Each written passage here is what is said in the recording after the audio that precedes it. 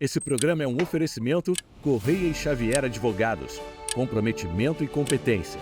E Grupo Épicos Outlier, excelência em contabilidade, compliance e controladoria. Canal Universo Equestre apresenta Tô na Pista, com Luiz Fernando Monzon. Bem-vindos ao canal Universo Equestre, programa Tô na Pista, e hoje um convidado super especial. François Esteves, de volta ao Brasil, vai contar um pouco da sua trajetória. François, bem-vindo.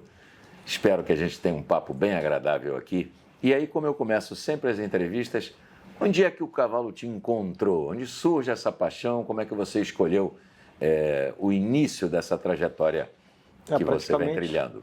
Praticamente desde que eu nasci, né? Meu pai era jockey, então eu tive contato com o cavalo a minha vida inteira. Mas claro que nos cavalos de corrida são cavalos perigosos, entendeu? Então montar realmente foi depois.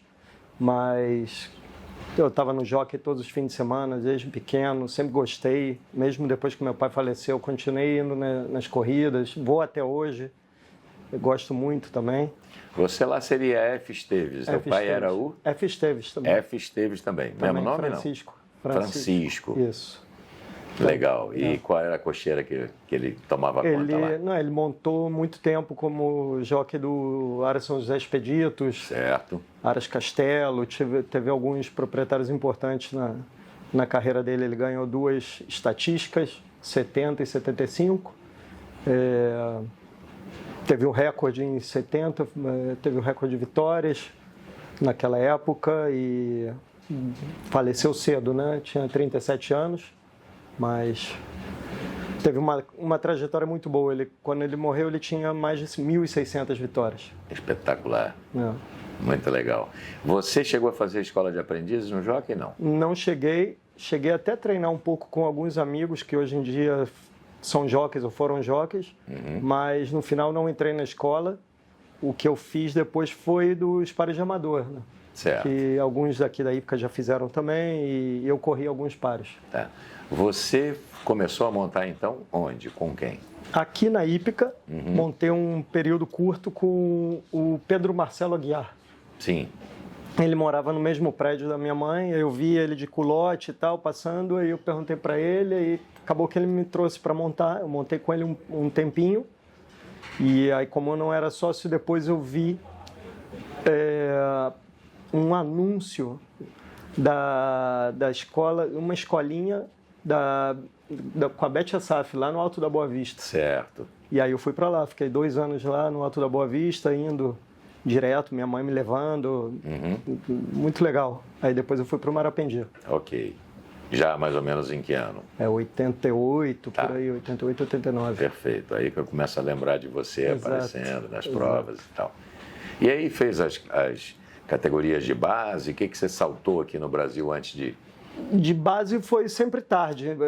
Júnior eu pulei no meu último ano só, com um cavalo, inclusive eu saltei o Carioca de Júnior com um cavalo do Alexandre Gadelha, Sim. tio Caco.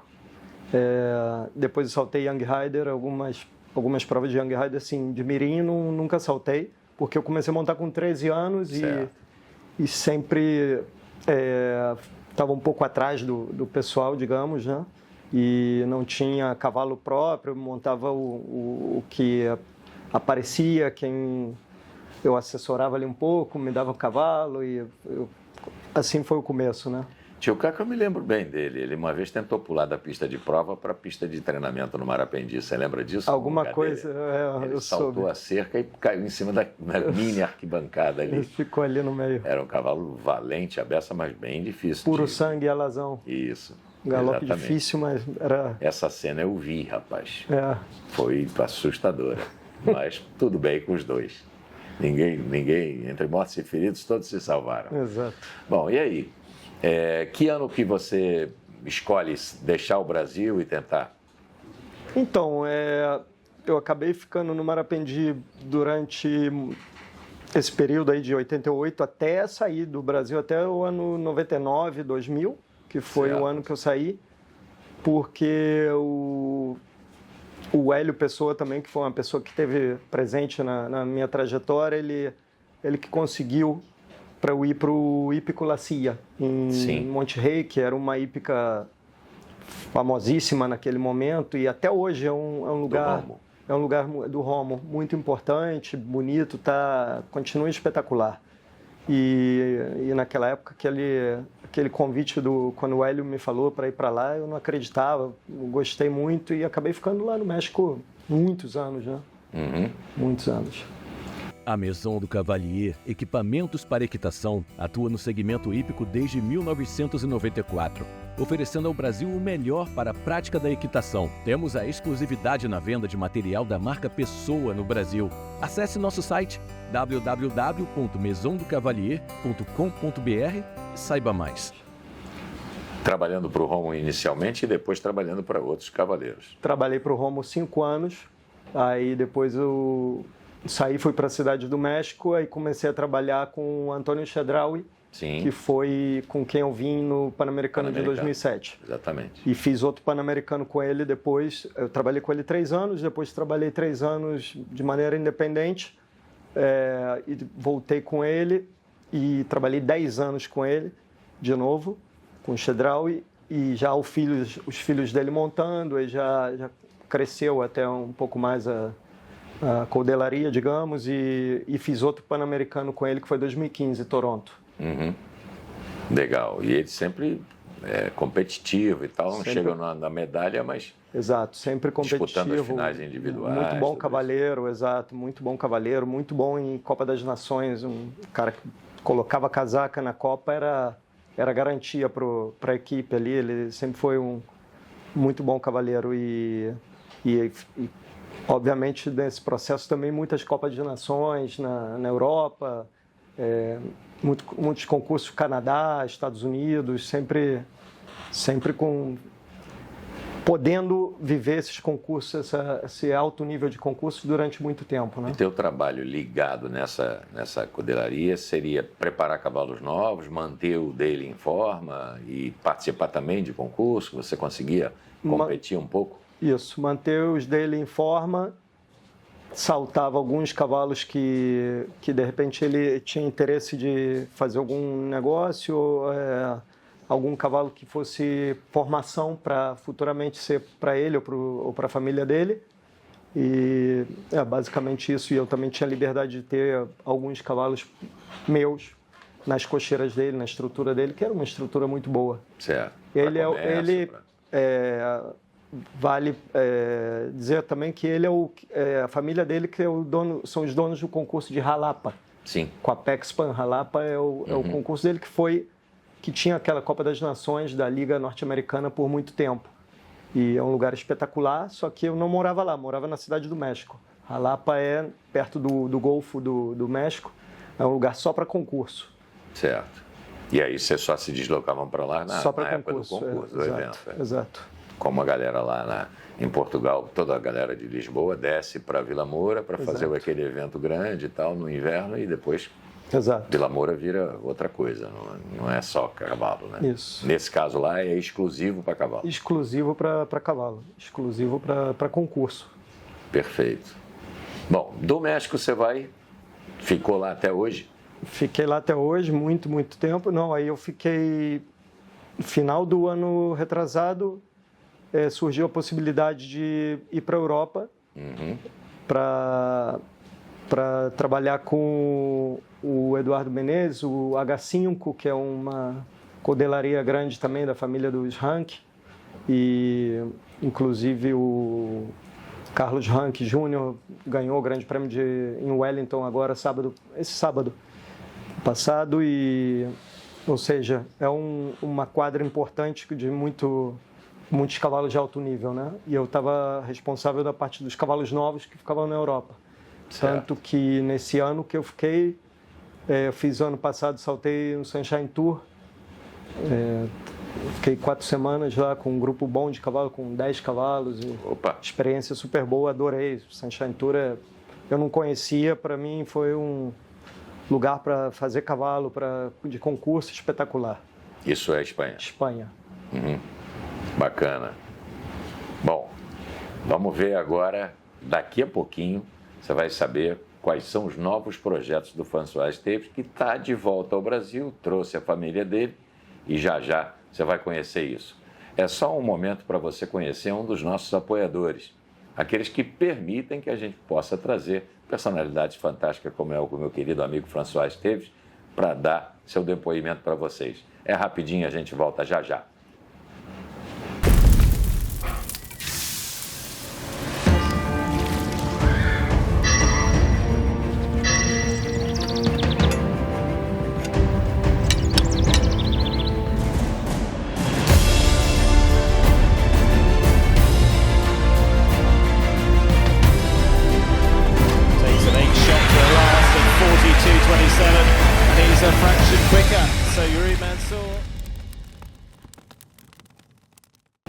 Olá, falei para você que era rapidinho. Vamos continuar nosso papo aqui com o François Esteves, que agora vive uma nova fase da vida dele. François, a razão de voltar para o Brasil? Saudade da mãe, saudade do sol, da praia? O que te traz nesse momento da carreira de volta ao Brasil? Que para nós é um grande prazer receber você de volta. Muito obrigado. Eu acho que foi alguma coincidência da vida, mas num momento bom, porque minha mãe, também saudade da mãe pode ser uma parte, porque minha mãe, muita gente conhece e agora ela já está ficando mais velha, acabou de fazer 90 anos, e então, de repente, foi o momento de ficar perto dela e eu não sei, fiquei tanto tempo no México que, de repente, vim para cá e ver o que está acontecendo podia ser uma opção. A gente teve a possibilidade de escolher e a gente escolheu vamos para o Brasil um tempo, ver se dá certo. Se não der, ou se a gente resolver voltar para a Europa, seria voltar para a Espanha. Ainda temos essas opções. Então, estou vendo, mas por enquanto estamos apostando no Brasil. Eu acho que depois de muitos anos que sempre falavam, você já não volta mais. Eu também achava que não voltava, né? De repente aconteceu, acho que as coisas estão levando para o mesmo caminho e até agora está legal. Quem está voltando também e disse que foi exatamente por isso, porque não teve a oportunidade de estar com a mãe dele, mas agora ele tem um pai com mais de 90 anos, é o Nelton Marcon, você sabia? Não sabia que ele estava voltando. Ele estava em Wellington, estava com uma vida estabelecida lá e ele está voltando para Ribeirão Preto para ficar perto do pai que mora em Brasília. E no Brasil é muito rápido chegar ali. E o velho Marcon, Juarez Marcon, ainda monta até hoje, tem alunos de adestramento, é uma figura encantadora. E o Wellington é um lugar que você já rodou um bocado também. Rodei. Fui algumas vezes como treinador e fiz uma temporada, foi ano retrasado, fiz uma temporada completa, nunca tinha feito como cavaleiro e foi uma experiência muito boa. Saltei muitas provas, saltei em Ocala, que é esse lugar novo, espetacular, que várias pessoas já conheceram, que é uma estrutura, a infraestrutura do lugar realmente impressionante. Vários picadeiros com ar-condicionado, pistas e pistas, é bem legal o lugar. E o Wellington, viver aquilo ali, todo cavaleiro gosta de estar lá, está sempre vendo os melhores do mundo ali saltando, sempre é importante, né? Como experiência e como reciclar também, né? Está sempre atualizado, né? Sempre é bom, né? E saltando ainda foi melhor. Eu imagino. Muita gente no Brasil, obviamente, quer beber essa informação de, poxa, caramba, o cara está um tempão lá, assistindo os concursos, preparando os cavalos, vendo tudo que evolui do ferrador, a alimentação, claro. Material, o tipo de prova, de obstáculo. Então, é bem provável que muita gente vai encostar em você querendo puxar essas coisas, né? O que mudou no treinamento, o que dá para melhorar na parte de preparação dos cavalos. O que você pode, assim, meio que adiantar, fazer aquele teaser para para dizer para as pessoas, olha, eu tenho uma visão de trabalho de cavalo hoje que é um pouco diferente da que eu saí do Brasil, ou o bem feito, o feijão com arroz bem feito ainda é uma grande maneira de levar o cavalo, ter uma longevidade, evitar lesões. O que você traz agora de vamos chamar assim, de método de treinamento que você queira trazer para o Brasil, que você acha que o Brasil é carente? Bom, acho que primeiro de tudo a base tem que ser ressaltada, e é uma coisa que eu cobro quando eu começo a dar aula. Dei algumas clínicas alguma vez também, tanto no México. Então, eu acho que a base é muito importante, porque com as categorias, com a mudança das categorias mais baixas, eu acho que a exigência para o cavaleiro estar num concurso também abaixou muito, né? Acho que todo mundo busca estar no concurso, então a preparação a pessoa está ali com um equilíbrio razoável para montar e saltar uma prova, e com isso já vão ficando felizes, né? Mas eu acho que se você quer subir de nível, de altura, a base tem que ser melhor feita, o trabalho de plano tem que ser melhor feito, o adestramento de salto tem que ser melhor feito. Isso daí é uma coisa que eu cobro, que às vezes eu até falo demais no começo e depois não sou de ficar enchendo muito o saco, porque ninguém gosta, né, de ficar aquela aula de todo dia, repetindo, abaixa o calcanhar, faz isso, faz aquilo. Acho que, mas no começo eu cobro o jeito que eu gosto de que os cavalos trabalhem, e sempre voltado para o que o cavalo gosta. Sempre voltando para o que o cavalo gosta, não impor um grau de exigência para um cavalo que de repente ele não é capaz, ou mesmo o cavaleiro, de executar. Mas eu acho que quando eu trabalho com pessoas que sabem de cavalo e entendem o que eu estou falando, eu adoro, porque é bom passar, mas é bom para quem quer aprender também, né? Sim, sem dúvida. Se você prepara o cavaleiro para acompanhar cada fase do cavalo, com certeza as fases vão se renovando, ele vai melhorando. Você não pode exigir de um cavalo que ainda não está pronto, e ao mesmo tempo você não pode pedir para o teu aluno fazer uma coisa que ele não se preparou para fazer. Com certeza. E também os desafios têm que estar ali, né? O nosso esporte é de desafios, né? Você pôr um standard para ser alcançado, um objetivo a ser alcançado, um pouco mais, mas respeitando para não passar do ponto, né? Tem que ter um momento que ou seja com um cavalo para outro nível, ou também ganhar no nível que você está ganhando também é importante. Às vezes as pessoas querem subir por subir e não tá cômodo naquele nível que é competitivo, que ganha. Eu acho que também é importante ser competitivo sem estar sofrendo, né, no concurso, né? Nem se arriscando desnecessariamente. Exato. Bom, aqui agora, você está com vários cavalos vai começar a concursar um pouco, como é que estão as coisas? Estamos começando, mas graças a Deus foi uma coisa que aconteceu de maneira rápida. Vim com uma aluna que foi minha aluna antes de eu sair do Brasil, que era a Mariana Lopes Araújo. Aí eu comecei dando aula para ela aqui na Hípica, foi a minha porta de entrada aqui.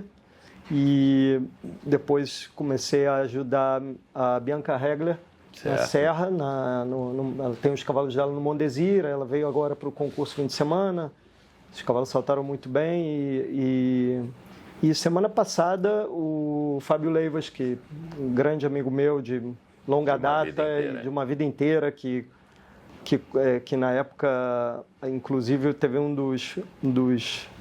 umas provas importantes na minha vida, que foi uma competição em Mendes, que tinha uma S10 de prêmio que eu ganhei, que era um cavalo do Fábio. Era o Palladium, que era um puro sangue. Então agora o Fábio me chamou de volta para trabalhar junto com ele, na equipe dele, aí com os cavalos da Daniela Pérez. E esse fim de semana, eu comecei terça-feira, esse fim de semana eu já estava saltando. E na verdade os cavalos bem legais, uma experiência muito boa.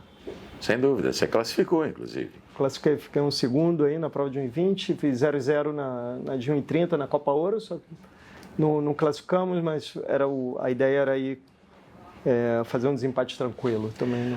Tínhamos 10 conjuntos no desempate da Copa Ouro e você foi aquele único cavaleiro que trabalhou para o cavalo. Você fez o cavalo sair dali com uma cabeça melhor do que quem ele entrou. Todos eles foram em busca da vitória. E você estava com a cabeça muito mais lá na frente de preparar o cavalo para coisas ainda mais importantes, ainda maiores. Estou errado? Não, tá certo. E, inclusive, também justamente o trabalho de equipe. Foi uma coisa que eu conversei com o Fábio. Como eu não conheço muito bem os cavalos, eu perguntei o que a gente vai fazer. Ele falou, não, vamos tranquilo. Nas próximas a gente vai conhecendo o cavalo melhor. É um cavalo que de repente não dá para abrir ele agora.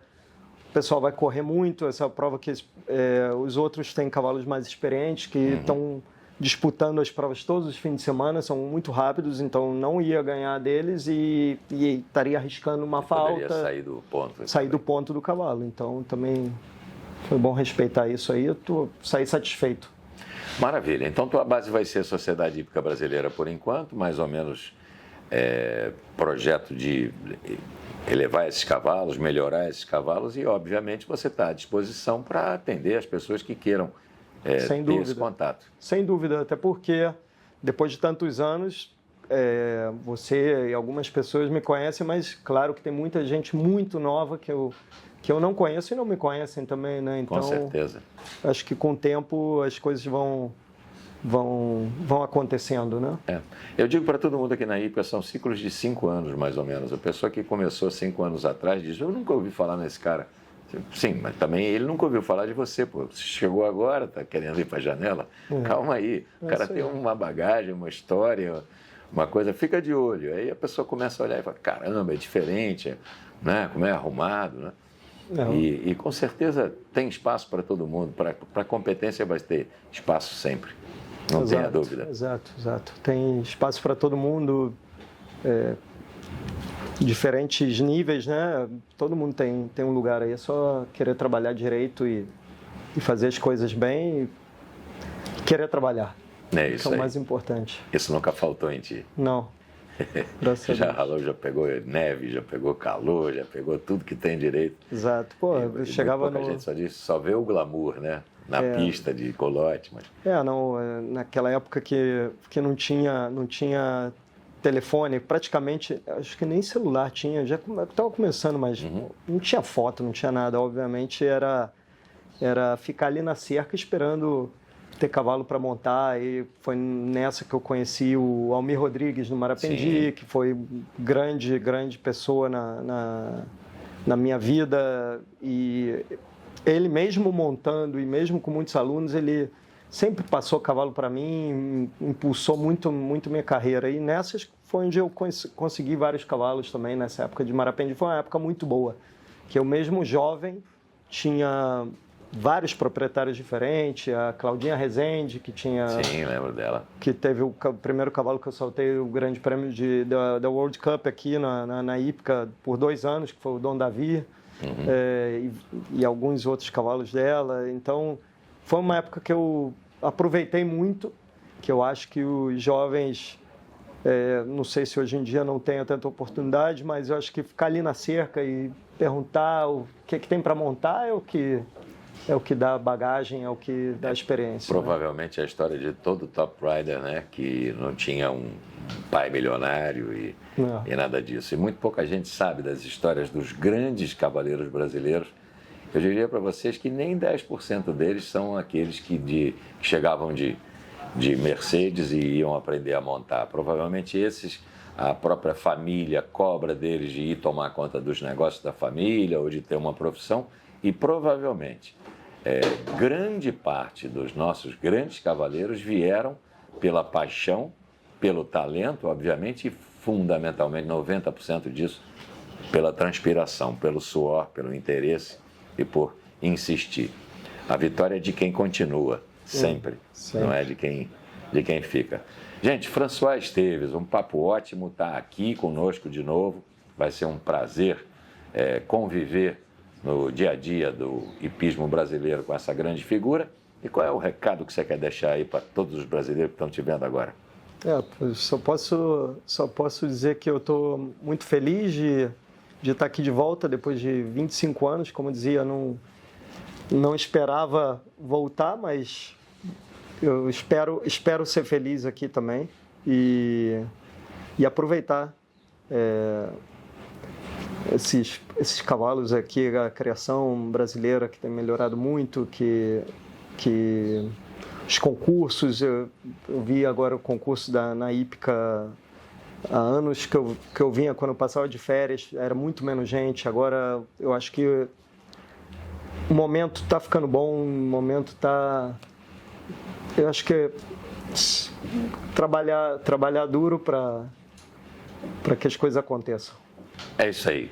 Minha gente, esse é o Tô na Pista. Você conheceu o François Esteves, mais um dos brasileiros que fez sucesso no exterior e agora está de volta, dando enorme prazer para a gente.